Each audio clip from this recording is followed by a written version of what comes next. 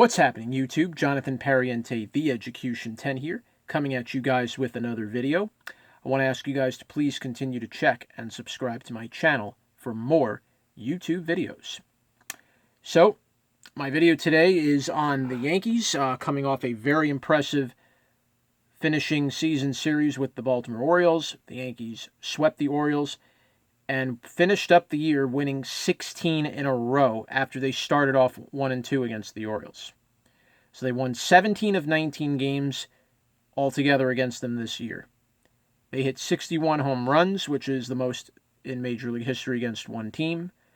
Gary Sanchez and Gleyber Torres each combined to hit over, at least each hit 10 home runs or more against the same opponent.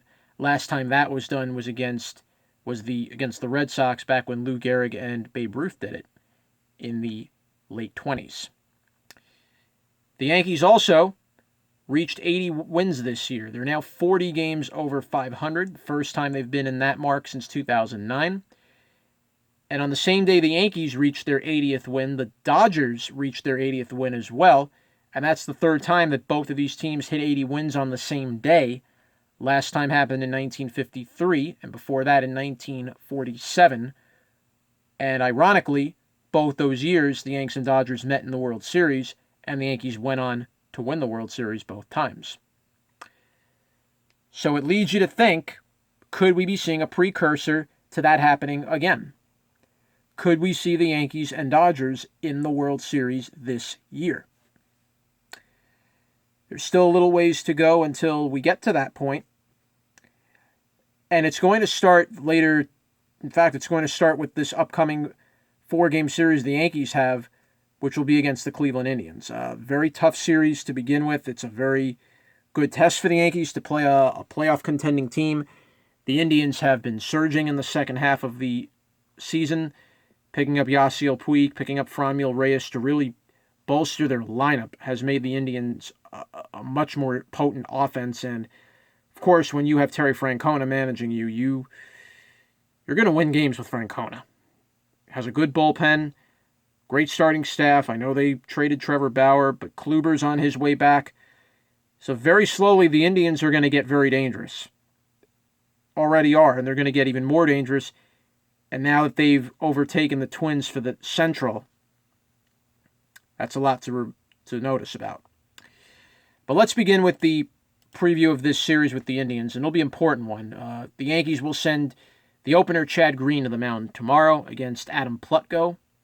Game 2 will be Adam Savali, rookie left-hander, against Masahiro Tanaka. The Big Maple, James Paxton, will take on Zach Plesac. And finally, the return of CC Sabathia. He will take on Mike Clevenger.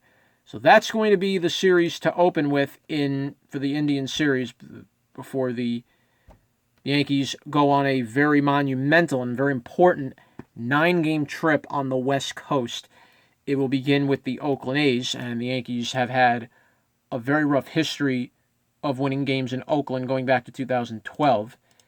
So the Yankees will have a real hurdle in front of them for that, a 3-game series in Oakland.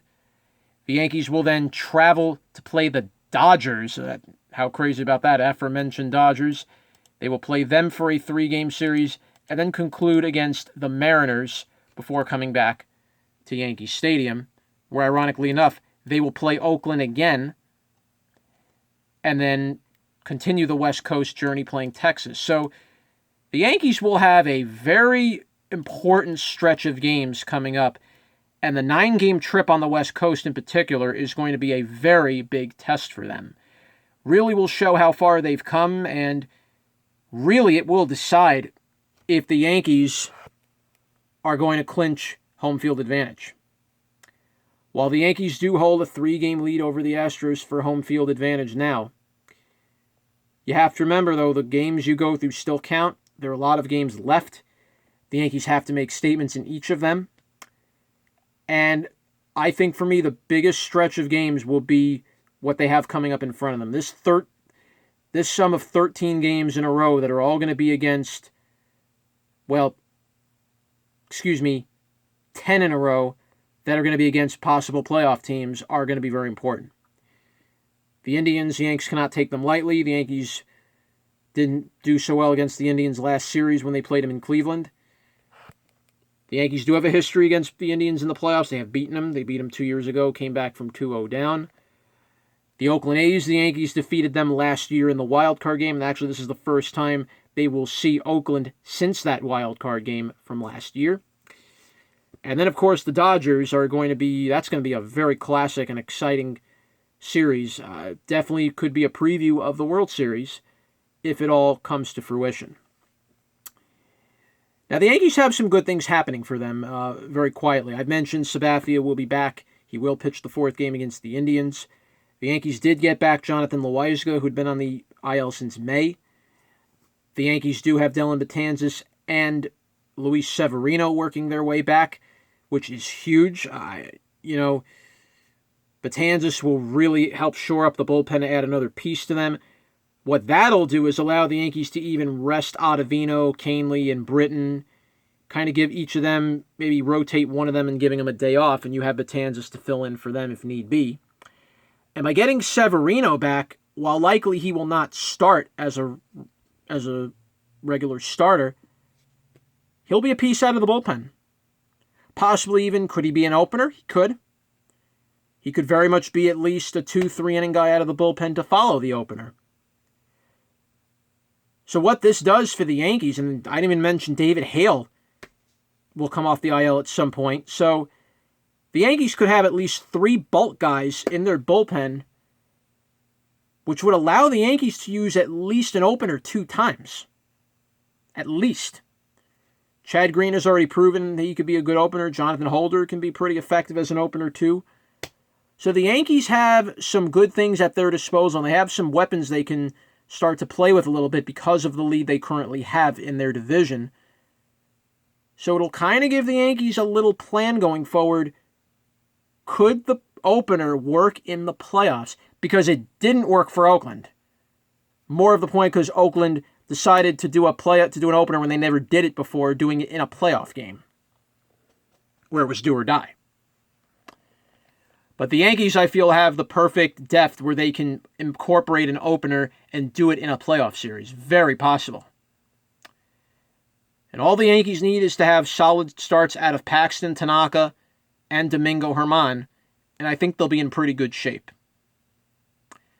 But before we get to all those pleasantries and all that excitement of the postseason, the Yankees have to focus on the task in front of them. The Indians are going to be a very tall order for them. Yankees need to make a statement against them. Oakland is going to be a tough place for the Yankees to play. Can they beat Oakland? And then can the Yankees stand up to a Dodgers team that has been blowing through the entire National League like nothing? And literally, they're one of the best teams in baseball at how they find ways to win. They have a solid rotation, but they don't have the bullpen the Yanks have. So bear that in mind. So it'll be interesting to see how the Yankees will do in that series in LA, particularly when they're going to be facing off against probably all 3 of the main ace pitchers of the Dodgers in Kershaw, Hyunjin Ryu, and Walker Buehler. So the Yankees will have a very, very tough and challenging stretch of games ahead of them, 13 of them to be exact, all with 10 of them against playoff teams. So we will see. Are the Yankees going to have the home field advantage? Are they going to be positioned to maybe clinch it at some point coming off of this road trip? Because I'll say this again, the Yankees do not want to be at a disadvantage in an inevitable date with Houston. Because almost for sure they're going to see Houston. The Yankees haven't forgotten what happened to them 2 years ago, when Houston beat them in Houston 4 out of those 7 games. The Yankees did win 3 of them in Yankee Stadium, but you could see without the home field advantage, it hurt the Yankees. By doing home field, it's already shown the Astros cannot handle Yankee Stadium. They were scared playing in Yankee Stadium 2 years ago. They got ran out of Yankee Stadium this year. The Yankees took 3 out of 4 from them in the Bronx. If anything, if the Yankees can get the home field advantage, they have the edge in that championship series. But the key to possibly locking up that home field advantage and securing it for sure will all depend on this coming stretch of 13 games. Can the Yankees navigate through it? We're going to find that out starting tomorrow. Jonathan Pariente, The Education 10, saying bye for now.